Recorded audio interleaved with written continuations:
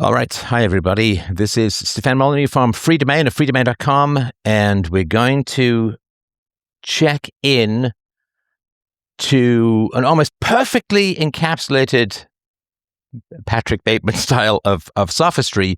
We're going to go through this piece by piece to show you how philosophy is absolutely necessary to defend you against this kind of corruption. All right.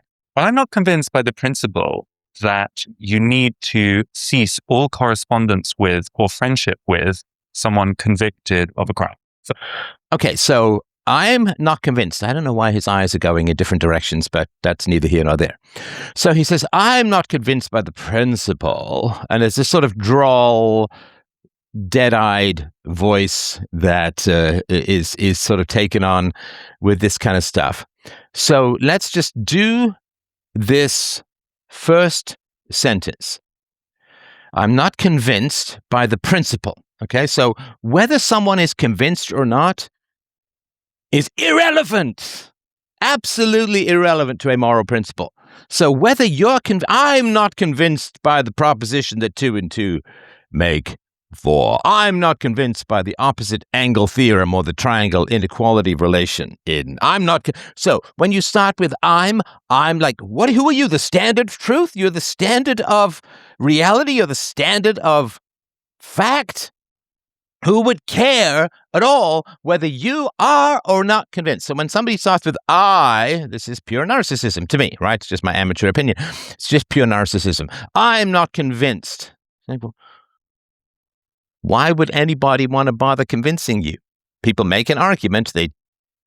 Why would you care about whether people are convinced by you or not? And furthermore, why would you think anyone else who has half a brain cell to ignite a spark or to a thought would care whether you're convinced or not by anything? People who start off moral arguments with I this, I that, it's bah! How about you examine the principle? So, but I'm not convinced by the principle that you need to cease all correspondence with or friendship with someone convicted of a crime. Okay, I don't know. It depends what the crime is. It depends whether the crime is major or minor. It depends whether the prosecution is just or unjust. It depends on a whole bunch of things. Alexander Solzhenitsyn was convicted of a crime and spent, years and years in a gulag. For most people, of course, the fact that Nelson Mandela spent 25 plus years in prison was irrelevant. So it depends what kind of crime, whether it's severe or unsevere. Oh no, I got convicted for trespassing or failure to yield in traffic or I don't know, whatever, right? So you can't say that all crimes are the same, and you also have to figure out whether or not the crime or the prosecution was justified or unjustified. There are certainly people who are persecuted by governments all the time for wrong think or negative things. And so there's no definition here at all, right? And it's just anyone, and this is sophistry, right? This is sophistry. So he's talking about Jeffrey Epstein, of course. So let's be clear. Let's be clear about what's being talked about here. Jeffrey Epstein was convicted in 2008 in Florida State Court of procuring a person under 18 for prostitution and solicitation of prostitution. He received an 18-month sentence with work release as part of a controversial plea deal. There were, in fact, over 30 complainants. So a person under 18 would be called a child legally. That is a child. So he procured a child for prostitution and solicitation of prostitution. Okay, that's not a little crime. And he was not unjustly prosecuted. I think that it was way too light a sentence, but, he belongs to intelligence, whatever it is, right? And, of course, he was married to Ghislaine Maxwell. Ghislaine Maxwell was convicted in 2021 in federal court on 5 counts. Sex trafficking of a minor, transporting a minor for illegal sexual activity, and 3 related conspiracy charges. She was sentenced to 20 years in prison in 2022. So when they say minor, so sex trafficking of a child, transporting a child for illegal sexual activity, and these are not little crimes at all. And they were not unjustly prosecuted. I mean, according to anything that I've ever heard or read about. So putting this under the blanket of all crime. I mean, somebody who shoplifted when they were a teen, right? They took a dare, they shoplifted, they took a candy bar. Must you disassociate yourself from all of these, right? All of these sorts of people. Somebody who had some sort of wrangle with the tax authorities and so on. So you're taking this rubric of all crime and cutting off everyone for any crime conviction. That is your sophistry 101. So, all correspondence with or friendship with someone convicted of a crime. First of all, the ethics of that, I think, are dubious. Okay, so again, I think I'm not convicted. I think these ethics are dubious. What does that mean? Who cares what you think? Make your case. But starting off with, I disapprove, I think this is dubious, I'm not convinced. Who the living frack are you that anybody should want to convince you of anything? Or how are you some sort of crumb-like standard of truth, reality, proof, and virtue? A lot of religious Christians are joining the fray in this argument, but friendship is supposed to be a virtue. Okay, so friendship is supposed to be a virtue. So this guy is very, very interested in virtue. In virtue. Loyalty, you're supposed to look after people in trouble. Okay, so you're supposed to look after people in trouble. Well, this is portraying someone as in trouble, like I'm in trouble, some guy's picking on me in a bar, I need you to cover my back as I battle my way to the exit, right? So this is all just this amazing, slippery redefinition of virtue. Friendship and loyalty and standing up for and standing by people in trouble. Okay, so how would this not apply to organized fucking crime? Sopranos, mafia, whatever. How is this not supposed to... You got to stand by people who are convicted of crime, which means omerta, means the vow of silence. It means you take care of the hitman's wife and children, and you make sure that you don't testify against him. So friendship is supposed to be a virtue, and loyalty and standing by people in trouble. How does this not justify criminal collusion, avoiding testifying, or in an extreme case, rubbing out a witness? Loyalty, you're supposed to look after people in trouble. I certainly feel like members of my family or close friends who were convicted of terrible crimes, I would still want to stay in touch with, if only to help them and make sure that they were surviving and going through the ordeal as best they could. So this, of course, if his friends or his family, somebody, a friend, a family member was convicted of a terrible crime, in other words, the sexual exploitation and trafficking of children, that you would, I want to help them, go through things. I want to give them support and so on. Why? Because you see, taking care of people who are in trouble is a plus. Now, of course, the sexual exploitation of children is distinctly not taking care of people who are in trouble, i.e. the lost wayward youths who are being exploited for a couple of $100 at best. So you see, this is the principle. Taking care of people in trouble is good. Okay, so let's say that taking care of people in trouble is good. Therefore, it's bad to not take care of people who are in trouble, which means sexually exploiting vulnerable children would be bad, right? So this is the selective application of principle, and it's absolutely repulsive. I got to tell you, this is skin-crawling stuff to me. I don't mean to make it about me. I'm just giving you my honest experience. Going through an ordeal. It's just an ordeal. You see, if you sexually exploit children, you're just going through an ordeal. Sure that they were surviving and going through the ordeal as best they could. So I think it's quite a dangerous new principle that is coming out, which... you see, now he's very interested in things that are dangerous. Oh my gosh. Things that are dangerous are so important because things that are dangerous, you see, are really bad.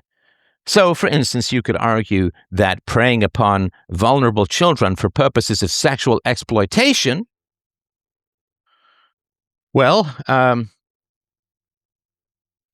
that is really dangerous, right? So this guy, his spider sense is tingling. His radar is just right out there for things that are dangerous. You got to be careful of things that are dangerous. And there's a principle called standing up with child sex exploiters, standing up to them. If you don't do that, well, that's really dangerous. Apparently, the danger that was inflicted by these monsters on actual children, that danger is irrelevant. What matters is the dangerous principle of not standing tall and by and providing endless amounts of material, emotional, and perhaps financial support to child sex predators. Anyway. Is that if you are friends with or know someone convicted of a bad crime, you are somehow culpable or guilty of said crime by continuing to have any kind of connection to them. Okay, so let's go back to this, right? Let's go back. So people say somehow as if it's incomprehensible. Like somehow is that, right? So somehow is just a sophist word, right? So if you are friends with or know someone convicted of a bad crime, you are somehow culpable or guilty of said crime by...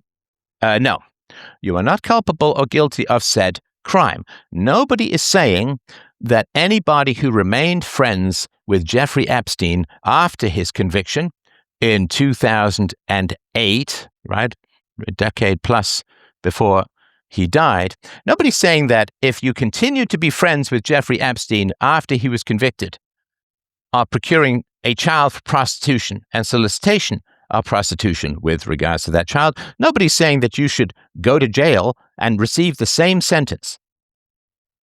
So no, what we're saying, what any sane human being is saying, is that you cannot claim to be a good person and pal around with convicted child sex exploiters, traffickers, and offenders. That's what people are saying. Now, it's one thing if Jeffrey Epstein were to have said, oh my gosh, I am the worst Satan spawn that matter has ever assembled.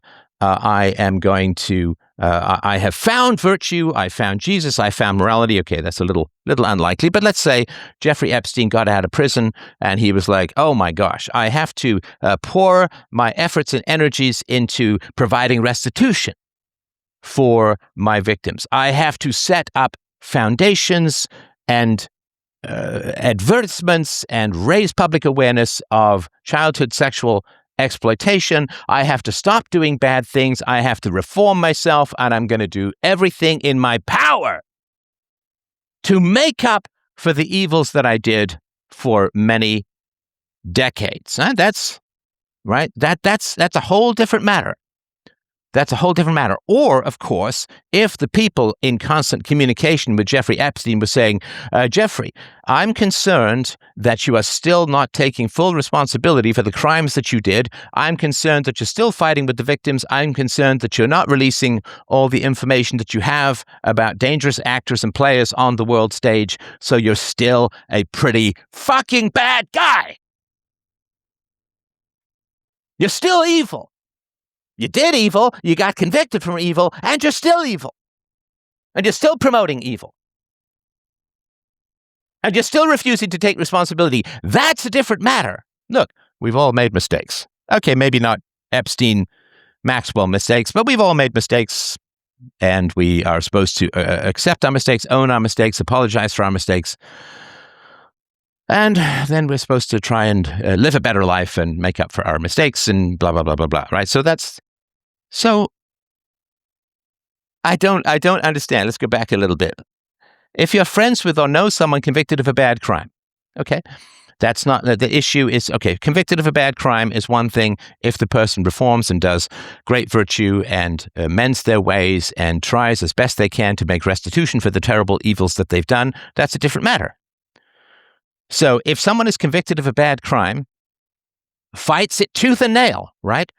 Jeffrey Epstein fought tooth and nail for against any kind of punishment, which is how he ended up with this absolutely repulsive, never run past the victim's sweetheart plea deal. So he did not take responsibility. He did not take ownership. He fought and fought and fought and took the minimum punishment and then continued on with his creepy, appalling ways going forward. So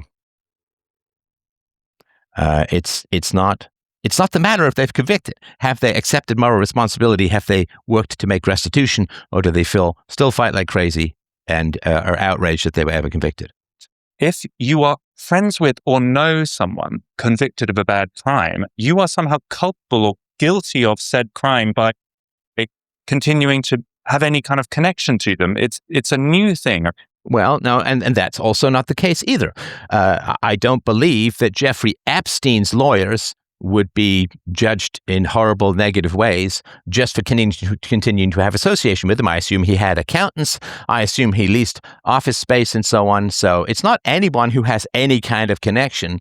It's the people who are asking him for favors and making jokes about his crimes and continuing to prop up and reward his repulsive ways because Jeffrey Epstein was unrepentant. He fought the charges like crazy. He fought the victims like crazy. He was unrepentant. I don't know if he ever said, I've never seen it. Maybe he did, and I haven't seen it, but I never heard him say, gee, I was really bad. Gee, I was really wrong. I think it's fair to say that Ghislaine Maxwell was unrepentant. So it's not, this is entirely left out of the equation. And you can't, I guess, know how to button your shirt, a little bit open at the waist, scratchy. You can't know how to button your shirt and not understand this. Right, and that story, and I guess I'm not convinced by it. I guess I'm not convinced by it, right? So again, this is a perfectly encapsulated chunk of sophistry. People who have this drawling voice. Well, I suppose I'm just not convinced by this, and then when they completely strawman and misrepresent the entire argument. If you are enthusiastic, best buds with an unrepentant child sexual predator convicted and continue to promote him and call him your best friend, as Noam Chomsky and his wife did, and you're joking with him and you want to go visit his island and you never bring up his crimes and you never say, have you repented? Are you sorry?